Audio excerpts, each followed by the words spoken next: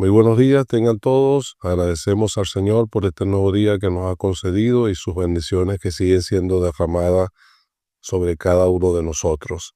Vamos a continuar meditando en las porciones del Éxodo que nos representan a la figura de Cristo. Y por eso en esta oportunidad vamos a leer acerca del candelero de oro. Por eso oramos nuestras Biblias en Éxodo capítulo 25 y el versículo 21. Dice, hará además un candelero de oro puro labrado a martillo.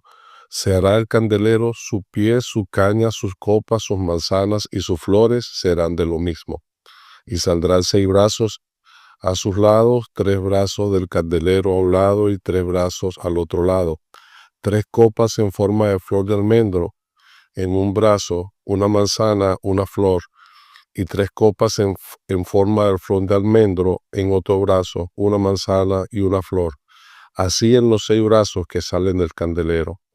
Y en la caña central del candelero 4 copas en forma de flor de almendro, sus manzanas y sus flores. Habrá una manzana debajo de los brazos del mismo, otra manzana debajo del otro, 2 brazos del mismo, y otra manzana debajo de los otros 2 brazos del mismo. Así para los 6 brazos que salen del candelero. Sus manzanas y sus brazos serán de una pieza, todo ello una pieza labrada a martillo de oro puro. Y se harán 7 lamparillas, las cuales encenderás para que alumbren hacia adelante.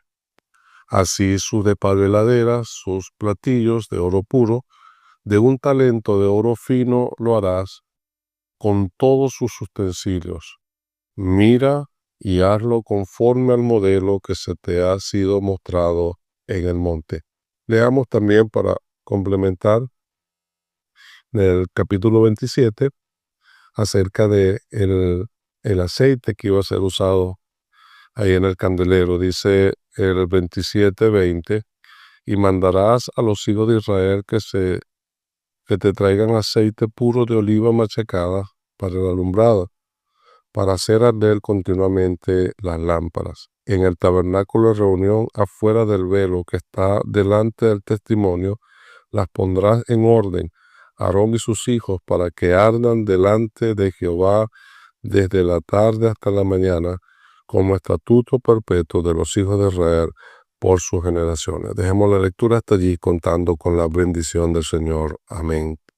Bien, como hemos leído, en el lugar santo del tabernáculo, que era la primera parte del tabernáculo, habían 3 elementos. Hablamos la semana pasada de la mesa de los panes de la proposición a la derecha. A la izquierda, cuando se entraba, estaba el candelabro o el candelero de oro. Y más adelante, en la parte central, antes del velo, estaba el altar del incienso. Y todos estos elementos nos hablan de algún aspecto del Señor Jesucristo. Y en el candelero es algo maravilloso la abundancia de figuras que encontramos acá que nos hablan directamente de la persona del Señor. Hay muchas cosas que uno pudiera resaltar acerca de eso. Sin embargo, queremos quedarnos principalmente con aquellas que están asociadas a sus sufrimientos. Pero uno piensa primero que era de oro fino el candelero. Era lo que iba a servir como lámparas allí para dar luz en aquel lugar oscuro. Y eso nos lleva a pensar en el Señor Jesucristo, quien dijo, yo soy la luz del mundo. El que me sigue no andará en tinieblas. Y cuando hablamos del Señor Jesucristo como la luz, allí nos hace pensar en lo que la Escritura dice, Dios es luz y no hay ninguna tinieblas en él, de su santidad y de su impecabilidad. Pero también el ser de oro nos lleva a pensar que el oro representa la divinidad y la deidad del Señor Jesucristo. Pero es interesante, aquí se acota de que era oro fino. El oro fino es el oro de más alta pureza. Y eso nos hace pensar en nuestro Señor Jesucristo. Él es puro, santo, sin mancha, apartado de los pecadores. Sin embargo, siendo de esa manera, la descripción que nos dice acá es que aquel oro tenía que ser labrado a martillo para dar aquella figura que se estaba queriendo tener, la de un candelabro que iba a tener 7 lámparas, porque eran 6 brazos de un lado, 6 brazos del otro y una caña central de donde salían esos brazos. Y así formaban 7 lámparas que iban a ser encendidas. Y el 7 nos hace pensar en la perfección del Señor, porque el 7 es el número perfecto. Pero esas 7 lámparas encendidas allí nos lleva a Apocalipsis a pensar en los 7 espíritus de Dios, de manera que en el Señor Jesucristo habitaba la plenitud del Espíritu, de modo que vemos también en Él, en esa figura. Pero como hemos dicho, eh, pensamos en los sufrimientos allí del Señor Jesucristo, asociado a esta figura del candelero. Y es que ese oro tenía que ser labrado a martillo. No iba a utilizarse otra herramienta, sino el martillo para darle forma y golpear constantemente aquel oro puro. Y eso nos hace pensar en los sufrimientos del Señor. También Él tuvo que pasar por el dolor, por la prueba, por la aflicción, porque la Biblia dice que aunque era hijo, por medio de lo que padeció, aprendió la obediencia. Y en ese martillo golpeando aquel ciclo de oro, nos hace pensar en cómo nuestro Señor Jesucristo, haciéndose hombre, a pesar de que era Dios mismo manifestado en carne, tuvo que experimentar el dolor y el sufrimiento como consecuencia de lo que Dios lo estaba preparando para llevar así a cabo la obra de nuestra redención. Era necesario de que Él fuera sujetado a padecimiento. Como Él mismo expresó, es necesario que el Hijo del Hombre sea crucificado, entregado en manos de hombres pecadores. Eso era lo que Dios estaba haciendo, permitiendo en Él que Él experimentara el sufrimiento y la angustia de aquellos duros momentos antes de la crucifixión. Pero también aquellas lámparas eran encendidas con aceite. Era el combustible para mantener encendido el aceite. Y hemos leído que ese aceite venía de olivos machacados. Las aceitunas eran trituradas para que pudiese extraerse de ella ese aceite que iba a servir para encender las lámparas y mantenerla encendida allí. Y uno piensa en los sufrimientos también del Señor, cómo Él tuvo que ser de parte de los hombres cruelmente torturado.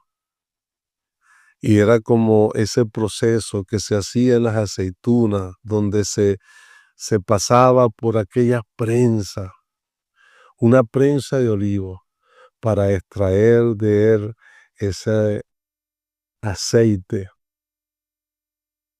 que iba a servir para mantener las lámparas encendidas. Y cuando pensamos en prensa de aceite, uno no hace más que recordar el Getsemaní.